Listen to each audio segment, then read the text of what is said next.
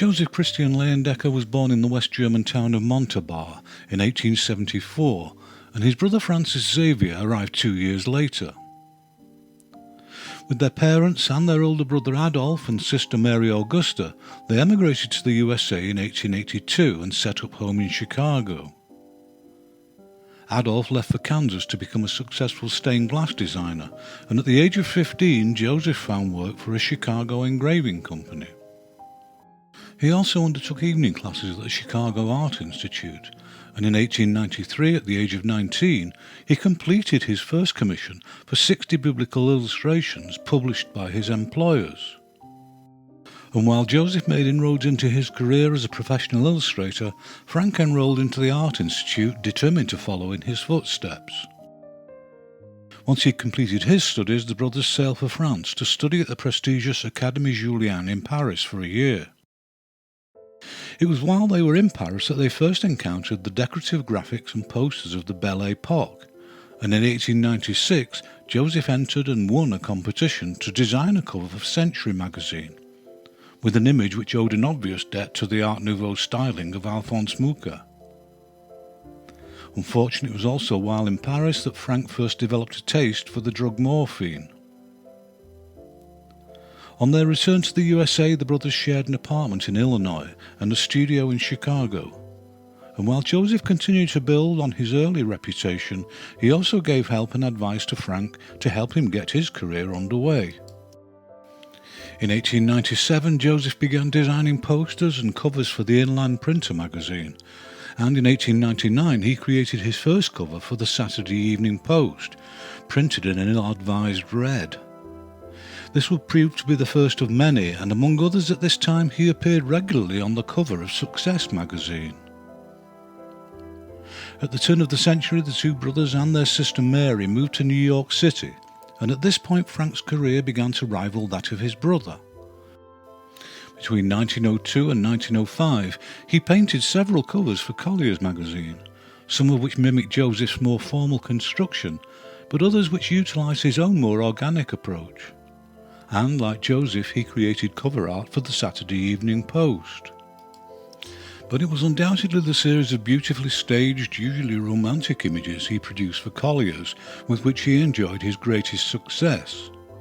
And by this point his popularity and public profile was every bit as strong as that of Joseph's.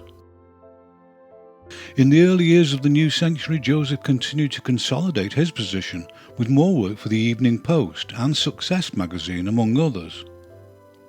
Additionally, he produced a few illustrations for pulp magazines and even created some book covers using an atypical blockish graphic technique. Frank also created book covers and memorably the page illustrations for Rudyard Kipling's futuristic story With the Night Mail in 1909. And just like Joseph, he juggled his commitments to make sure he could continue to keep his magazine clients happy.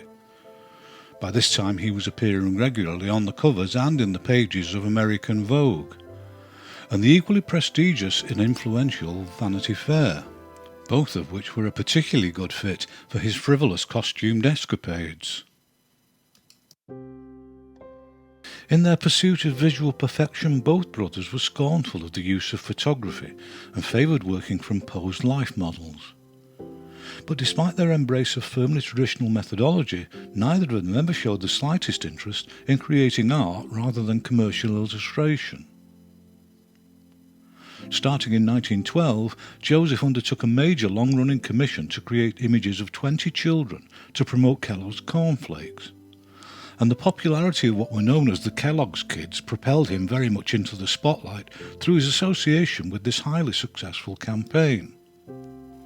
In 1914, the brothers, along with Mary and Joseph's partner and model Charles Beach, set up home in a large mansion house and studio in the New Rochelle area of New York, with several domestic staff to look after the property and its occupants. When America joined the Allies in the First World War in 1917, both brothers created a large volume of recruitment posters and magazine art in support of the military and the war effort. Some of this work in particular revealed a level of idealization and glamorization of the male figure that to contemporary eyes now seems unmistakably homoerotic. Nevertheless, it seems that few were aware of both Joseph and Frank's homosexuality at the time, and it would have done their reputations and careers no good at all if it had become common knowledge to many of their straight-laced clients. Both worked in advertising, but this was an area where Joseph outshone his young brother by a considerable margin. Most of his work was for prestigious men's clothing companies, and although Charles Beach wasn't his only model, he was certainly the most prominent, and became a celebrity of sorts as the Arrow Collar Man. The series of press ads he produced of immensely idealised handsome young men were considered the epitome of male fashions at the time. Frank also continued to take commissions from commercial clients, and even worked on the same men's clothing campaigns as Joseph. And when he did, he frequently mimicked what had become Joseph's trademark technique of applying regular impasto brush strokes to create a particularly sculptural neoclassical effect. But in the early 1920s, it was his professional relationship with the humour magazine Life with which he achieved his greatest recognition. But largely due to Frank's increasing morphine dependency, along with an equally prodigious consumption of alcohol, serious cracks were appearing in his relationship with Joseph. Frank became increasingly resentful and paranoid about Joseph's greater success, and it was obvious that Frank was in serious physical and mental decline. There were frequent heated arguments, which also on occasion ended up as physical fights. In 1924, Frank's last published work appeared on the cover of Life magazine, and he died not long after at the age of 48 from an overdose. Whether this was deliberate or accidental isn't known, and ultimately it makes little difference. Following Frank's untimely if predictable death, Joseph carried on working, and the volume of commissions coming his way was every bit as great as it had always been, despite the growing popularity of Rockwell and others who were by now snapping at his heels. The evidence, or rather the general lack of it, suggests that from this point onwards he created much less advertising work, and certainly nothing as popular as his men's fashion press ads. Although he did produce a series of cheerful homely images to encourage Americans to consume even greater amounts of coffee. Almost all the work from the mid-1920s to the later 1930s was published in the Saturday Evening Post. By this point they'd moved away from their earlier duotone print to full colour, and Leyendecker's fondness for setting his idealised scenarios and figures against plain white backgrounds, and continued use of impasto brushwork, only increased the sculptural appeal of his illustrations for the magazine. The images he created were by turns romantic, nostalgic and comedic, but always impossibly idealised evocations of the human experience. But in 1936 the editor at the Saturday Evening Post retired, and his replacement was noticeably less inclined to use Leyendecker's illustrations on the cover, favouring the younger Norman Rockwell instead. He was still commissioned by the Post on occasion, but it was at a much reduced rate. And by the time the USA entered the Second World War in 1941, there were distinct signs that Leyendecker was generally considered to have outlived his usefulness. His last cover for the Saturday Evening Post was of a New Year's baby in January 1943, bringing what had been arguably his most lucrative and celebrated series of commissions to an end. Other commissions continued, but at nothing like the rate he had previously enjoyed. Among them was a series of posters for the United States Department of War, using portraits of military leaders, encouraging the purchase of war bonds.